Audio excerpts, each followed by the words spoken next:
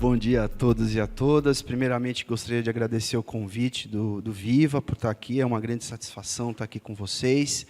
Dizer que é um prazer voltar a essa casa. Durante muitos anos, aí, jovem estudante de biologia, participei aí dos saudosos simpósios de biologia marinha aqui da Unisanta, sempre muito bem organizados e interessantes. Então, é um prazer que eu volto aqui a casa, rever amigos. Feliz de ver ali o professor Miguel Petrelli, professor ali da pós-graduação da Unesp de Rio Claro. É grande satisfação estar aqui com todos vocês.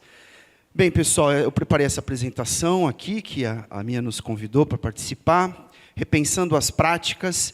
Esse repensando as práticas é repensar as práticas de se construir políticas públicas para a conservação. A gente quer, de alguma forma, trazer, sei lá, novas soluções, novas possibilidades. Eu não estou dizendo que as que estão em prática são melhores ou piores. A gente só quer trazer um repensar de como construir políticas públicas. E como? Por meio da ciência cidadã, pela co-construção, a construção conjunta, especialmente com os atores que são afetados diretamente por essas políticas públicas, e tentando valorizar um pouco, jogando luz para a questão de justiça social na conservação de tubarões e raias. Então, vamos lá. Para quem me conhece, eu trabalho com elasmobrancos há cerca de 30 anos. Em 1996, eu ainda estudante de biologia, aqui em Santos, comecei um projeto de monitoramento colaborativo da pesca artesanal de tubarões e raias, ali em Itanhaém, aqui no litoral centro-sul de São Paulo. Uma equipe formada por mim e pelo professor Otto Gadig, da Unesp de São Vicente, mais um colega de graduação. Então, entre 96 e 2005, todos os sábados pela manhã, eu me dirigia em Itanhaém para a gente fazer a amostragem de tubarões que eram desembarcados pela pesca artesanal. Foram 15 mil animais examinados em quase 10 anos de pesquisa e um trabalho pioneiro no sentido de a gente conseguir acessar a melhor resolução taxonômica possível da identificação das espécies. Quando você olha a estatística pesqueira, normalmente os cações são juntados em categorias multiespecíficas, cação, raia. Então, foi uma das primeiras vezes no Brasil que a gente conseguia ter ali, saber quem que era a espécie. Então, a gente examinou mais de 15 animais e, certamente, um dos maiores bancos de dados sobre o tema no Brasil. Graças a esse projeto, eu fiz o meu mestrado, meu doutorado, meu pós-doutorado. Tem alunos meus fazendo mestrado com esses dados, tem alunos do professor Otto. Então, foi um banco de dados bastante abrangente que tem possibilitado a formação de muitos recursos humanos na área de ciências do mar. Então, só para mostrar rapidamente para vocês, a gente conseguia identificar os animais, medir os animais, pesar os animais, saber o sexo, a espécie, esperava ele comercializar o pescado, e a gente conseguia aparelho reprodutor, aparelho digestório, vértebras, era um conjunto amplo de amostragens. Foi um período de muita aprendizagem junto a esses pescadores, e por isso que eu considero um monitoramento colaborativo. A gente só fez esse trabalho graças à valiosa contribuição desses atores. Claramente, a gente produziu ciência, a gente produziu artigos científicos. Aqui, uma pequena amostra dos artigos científicos que a gente produziu ao longo de mestrados, de doutorados, enfim, foi muito importante a colaboração desses atores. Aqui, só para ter um exemplo, cada pico aí é a abundância de filhotes de tubarões. Então, o litoral de São Paulo, especialmente a área de estudo, é uma área importante para a reprodução, para a atividade de parto de pelo menos 5 espécies de tubarões. Então, você percebe que os picos eles não são sobrepostos, e a gente percebe esse padrão quase que se repetindo aí ao longo dos 6 anos onde essa análise foi incorporada. Uma coisa que a gente também aprendeu é que, claro que hoje vocês devem saber que o Brasil é um dos maiores consumidores de carne de tubarão, mas normalmente essa carne que vai para as peixarias que a gente tem acesso aos centros urbanos, normalmente a gente está falando de tubarão azul. Mas naquela pesca artesanal em que quase 90%, 75% das capturas são de pequenos tubarões, os chamados caçonetes, as pessoas comem tubarão. Ainda tem essa questão uma fauna acompanhante, uma acidental, mas o fato é que a gente presenciou durante os 10 anos pessoas indo lá buscando comer. Então, as pessoas, de fato, se alimentam de elasmobrancos. Isso é um aspecto importante para a gente abordar durante as discussões. Nos esforçamos para fazer divulgação científica, a todo momento produzindo releases, mantendo contato com o jornalista, tentando difundir aquele conhecimento que era gerado pelo aquele projeto de pesquisa. E também tentamos ali, se esforçando, a gente, enquanto jovem pesquisador, sempre tem esse sonho, eu quero que a minha pesquisa faça sentido, eu quero que ela, né, mova políticas públicas. E a gente também, né, as APAs marinhas, quando foram criados, destacam os resultados do nosso projeto, né, as APAs marinhas, especialmente a do litoral de São Paulo, aportamos diagnóstico para planos de manejo de unidades de conservação da região, ali no meio, por exemplo, da Estação Ecológica dos Tupiniquins.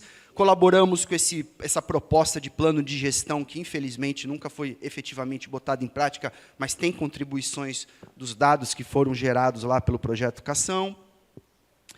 E o que a gente percebe? De forma alguma querendo demonizar esse tipo de política pública, a política baseada em espécies, né, da proibição de espécies, a lista vermelha de espécies ameaçadas de extinção, a primeira que a gente teve no Brasil foi em 2004, e ela já tinha ali alguns elasmobrânquios, alguns tubarões, só que eram muito poucos, então houve algum grau de resistência, mas foi muito pequeno à época. Ao final de 2014, numa final de uma gestão, foi publicada a famosa Portaria 445. E aí sim, nessa portaria, existia um número significativo de raias e tubarões. E se a gente acompanhar brevemente ali esse compilado de matérias, que começa em 2015 e vai até 2018, essa política só gerou o quê? Um conflito claro entre uma política de conservação marinha e o segmento da pesca. E também botou nesse contexto aí a ciência, né? Porque nenhum pescador recebia ele praticamente comprometeu o diálogo entre a comunidade científica e os pesquisadores, de uma forma geral. Então, o que isso aconteceu? Aquela experiência que eu tinha vivido lá atrás, praticamente a gente não conseguia mais acessar os pescadores. E vocês percebam que é uma coisa que começa logo após a criação da política pública e vai até os dias de hoje. Se vocês percebem ali, a partir de 2015, onde ela passa a valer e ela passa a não valer, quem está fazendo gestão pesqueira no Brasil já não é mais os órgãos de gestão. Quem está fazendo gestão pesqueira no Brasil é o judiciário, ao fazer valer a portaria ou não fazer valer. Outro desafio também de lidar com políticas públicas relacionadas com listas de espécie é que, infelizmente, a gente não tem uma gestão pesqueira eficiente, um monitoramento pesqueiro na escala da costa brasileira que possa ir medindo o efeito dessas políticas. De fato, a espécie está ameaçada, mas como é que está a recuperação dela? A gente publica aquela portaria e, muitas vezes, beleza, vocês agora se virem, atores sociais que dependem desses recursos pesqueiros. E eu vou mais longe. Quando a gente vincula a avaliação das espécies, ou seja, a medida da febre do problema, junto com o remédio, ou seja, espécie ameaçada tem que parar de ser proibida, a gente não dialoga com a sociedade e a gente bota todo o segmento da pesca contra a academia, quem produziu a avaliação. Na minha humilde opinião, a gente deveria ter a avaliação de espécies e, num segundo momento, discutir qual vai ser o remédio baseado no que se mediu em termos de febre. Num segundo momento, se discute o que vai se fazer com essa informação. Ao se botar tudo na mesma política pública, a gente bota o segmento da pesca contra a academia. Em tempos de negacionismo, isso é só um problema, gente. Bem, e aí o que eu estou tentando apresentar para vocês aqui de novidade? É um projeto que eu venho conduzindo junto com a equipe do nosso laboratório e colaboradores desde o início de 2023, que é um projeto de ciência cidadã, com mergulhadores recreativos, só que ele já tinha no seu escopo você também tentar gerar as primeiras bases para o desenvolvimento de um sistema de pagamento por serviços ambientais marinhos. Então, a gente ficou aí quase 2 anos trabalhando com o projeto ali chamado de Vilraia, que é um projeto de ciência cidadã junto aos mergulhadores recreativos das áreas marinhas protegidas de São Paulo. E, mais recentemente, em maio de 2024, a gente conseguiu aprovar esse projeto junto a um edital da FAPESP, o edital chamado Biota Transformação. E esse projeto aqui da direita está começando, né? Ele já existia, parte dele existia, e agora, a partir de julho desse ano, a gente contou com essa equipe transdisciplinar, porque tem colegas das agências, tem pescadores, tem colegas da instituição lá da Unifesp, professora Leandra, tem um professor Ronaldo Ceroa da Mota, que trabalha com economia ambiental, enfim, tem uma equipe grande trabalhando nessa perspectiva, e a gente vem coordenando esse projeto que acabou de ser iniciado. Vou falar um pouco mais do que a gente quer com esse projeto, né? Primeira coisa, o projeto ele não tem a menor pretensão de implementar o programa. A gente quer gerar subsídios para o planejamento de uma política pública que tente, de alguma coisa, lidar com esse conflito entre pesca e políticas de conservação marinha. Bem, a gente tem alguns referenciais técnicos, né? A gente não tira isso da cabeça. Isso tem sido pensado em lugares do mundo, né? Então, alguns artigos que falam de que forma a gente podia promover incentivos para extrativistas marinhos para, de repente, lhes soltar espécies ameaçadas de extinção ou adotar uma prática mais responsável de pesca. Como o nosso colega que falou sobre os pinger, né? O que a gente pode pensar para ele usar aquele equipamento? Então, está muito nessa loja, e tem autores aí que já têm trabalhado nessa perspectiva. Tem um trabalho muito bonito no Paraná, feito ali, é o segundo artigo, feito pela Natasha Wozniak e equipe. Teve iniciativas similares aqui mesmo pelo pessoal do projeto Tubarões e Raias de Bertioga, mas nenhum deles tentando colocar esse tipo de programa assentado numa política de pagamento por serviços ambientais. Esse é o nosso desafio, é o que a gente quer preencher em termos de lacuna de conhecimento e de produção de conhecimento científico aplicado. Bem, então um pouco dos resultados desse projeto de ciência cidadã. Então a gente tem uma equipe que vai todo final de semana e até mesmo às vezes durante a semana nos trapiches de desembarque de mergulhadores, perguntar ali para o cidadão que acabou de fazer um mergulho: você viu raia? E aí a gente vai ali e aplica um questionário, né, que traz ali o perfil sociodemográfico dos mergulhadores, pergunta sobre avistagens de raias e também começa a ter uma noção de perguntar para ele a disposição a pagar que ele teria por um cenário hipotético. E qual é o cenário hipotético? Um programa de soltura de raias que seria promovido por pescadores artesanais. Você não gosta de ver raia, mergulhador? Não.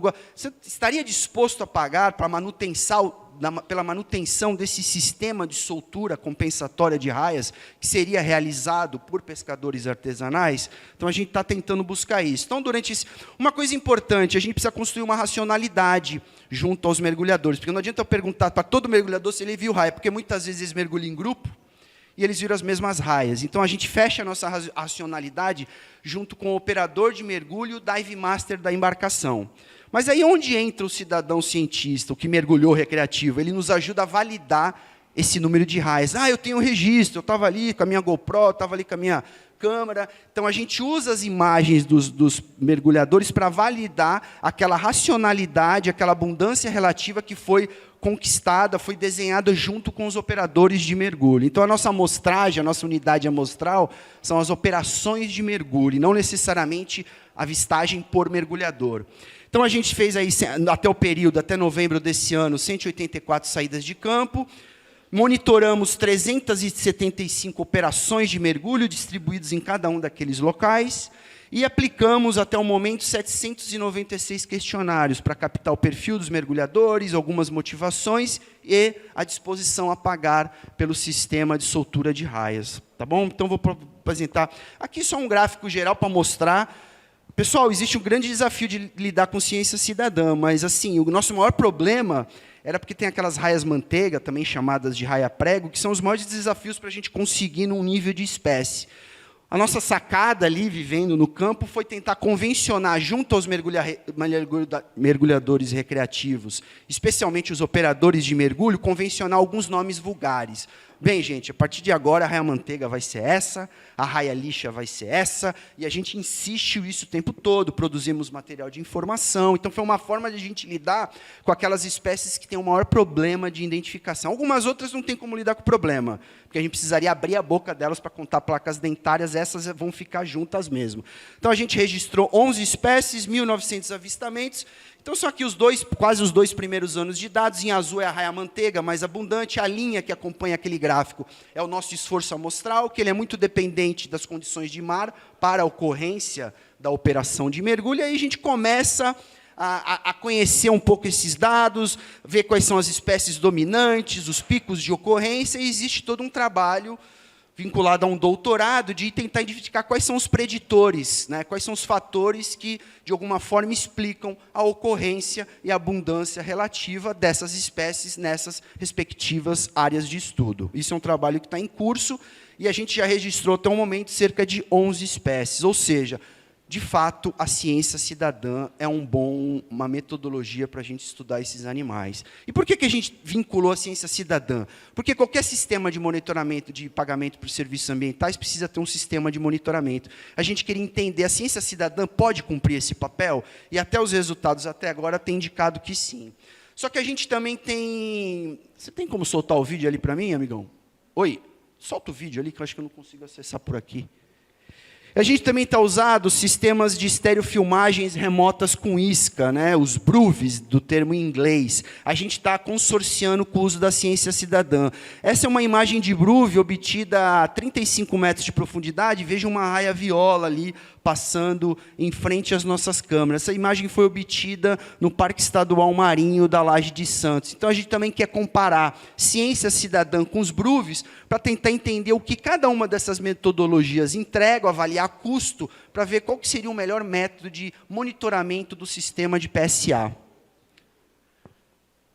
Bem, e o que é o PSA para quem está menos familiarizado? Eu trago uma definição para vocês, uma transação voluntária na qual um serviço ambiental bem definido, ou um uso de recursos marinhos ou terrestres, que possa assegurar esse serviço, é comprado por pelo menos um comprador, de pelo menos um provedor, sob uma condição que o provedor garanta a provisão desse serviço. Quem que seria o pagador desse sistema de PSA? A gente está avaliando. Estamos pensando, quando a gente fez pesquisa alguns anos atrás, em 2020, quais eram os principais animais preferidos de serem observados no mergulho? Eram raias e tubarões. Será que um dos nossos pagadores podem ser os mergulhadores recreativos? Talvez, a gente está avaliando isso. Hoje a gente tem um PSA aqui, financiado pela Fundação Florestal, que está pagando pela quantidade de lixo que os pescadores trazem do mar. Quem está pagando esse sistema de PSA são o fundo arrecadado de multas ambientais. Será que a gente também pode beber nessa fonte? Não sei. Então, todas essas questões que eu estou trazendo para vocês são questões que a gente quer investigar no âmbito desse projeto. Mas a comunidade do mergulho é uma potencial pagadora, e a gente está investindo nisso. A gente também está querendo muito se conectar a políticas públicas recentes, a Política Nacional de Pagamento por Serviços Ambientais, aquela lei ali, de janeiro de 2021, e a Política Estadual de Pagamento por Serviços Ambientais, que é aquela política, aquele decreto ali de março de 2022. Então, são políticas recentes, e a gente quer gerar subsídio de como se conectar a essas políticas.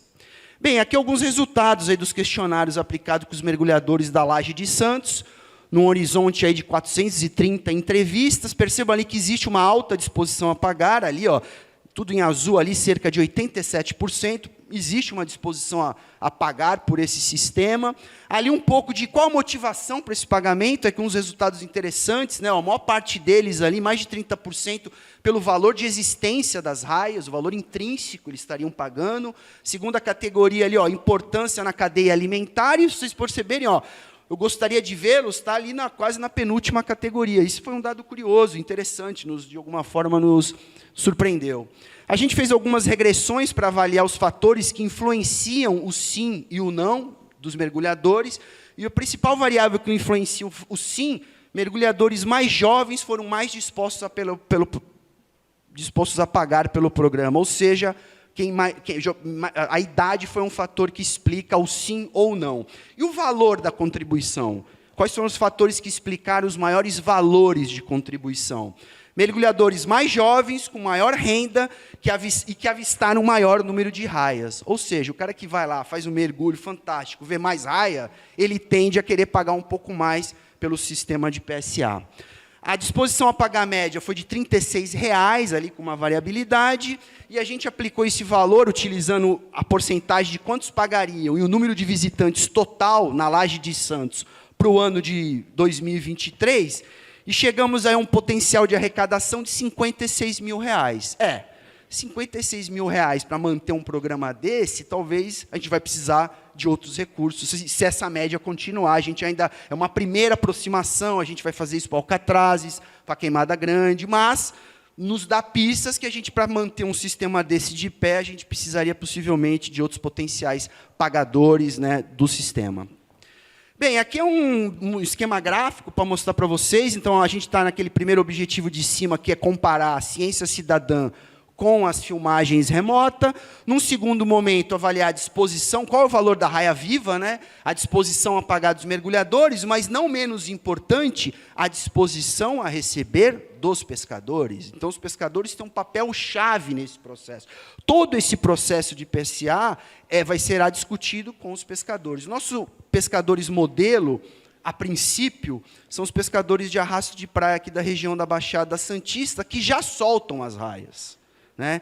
Então, o que a gente gostaria? Eles já soltam as raias porque as raias são protegidas por lei. Será que a gente pode contribuir da forma que elas são soltas? Será que a gente pode orientá-los ou ajudá-los ou construir parcerias no sentido de eles soltarem para aumentar a sobrevivência delas após captura? Então, é aí que a gente quer buscar a nossa adicionalidade. Sistemas de PA têm uma série de princípios, conceitos, e um deles é a adicionalidade. Aquilo que você agrega num cenário sem o sistema e com o sistema. A nossa adicionalidade, nesse caso, no sistema, seria o que a gente pode fazer um pouco diferente nessa soltura de raias. Tá? E toda uma etapa de governança. Como é que vai ser auditado essa soltura? Como é que, sabe, todo um trabalho de gestão do sistema que vai ser feito em construção junto com os pescadores. Eu não vou tirar isso da minha cabeça, até porque eu estou preparado para conversar com eles e não fazer sentido. E se não fazer sentido, a gente vai ter gerado o conhecimento, vai ter aberto essa discussão. Eu não estou aqui vendendo soluções prontas, eu estou co-construindo soluções junto com os pescadores. Tem algumas questões que talvez já tenham vindo à cabeça de vocês. Mas será que o pescador não vai querer pegar mais raia porque vocês estão pagando pelas raias? Isso já foi pensado em outros sistemas. Então, normalmente, o valor que se paga, primeiro, o incentivo não necessariamente precisa ser financeiro, né? A própria Fundação Florestal já não paga nem dinheiro, nem combustível, que isso pode virar uma ampliação do esforço de pesca. Isso a gente também quer saber. Agora, uma coisa importante, que já foi, de alguma forma, enfrentado por outros projetos similares a esse, é que, normalmente, o incentivo nunca pode ser o mesmo valor ou maior do que ele ganharia com os recursos que são pescados permitidos por lei. Além disso, talvez você tenha que fazer incentivo para espécies mais raras, né? Então, tem algumas formas de a gente discutir e lidar com esse tipo de problema, tá bom? Então, existe aí um trabalho que está sendo conduzido, falei meio rápido, peço desculpas, mas vou ficar à disposição aí para a nossa mesa redonda e, mais uma vez, agradecer aí a atenção de todos e o convite. Muito obrigado.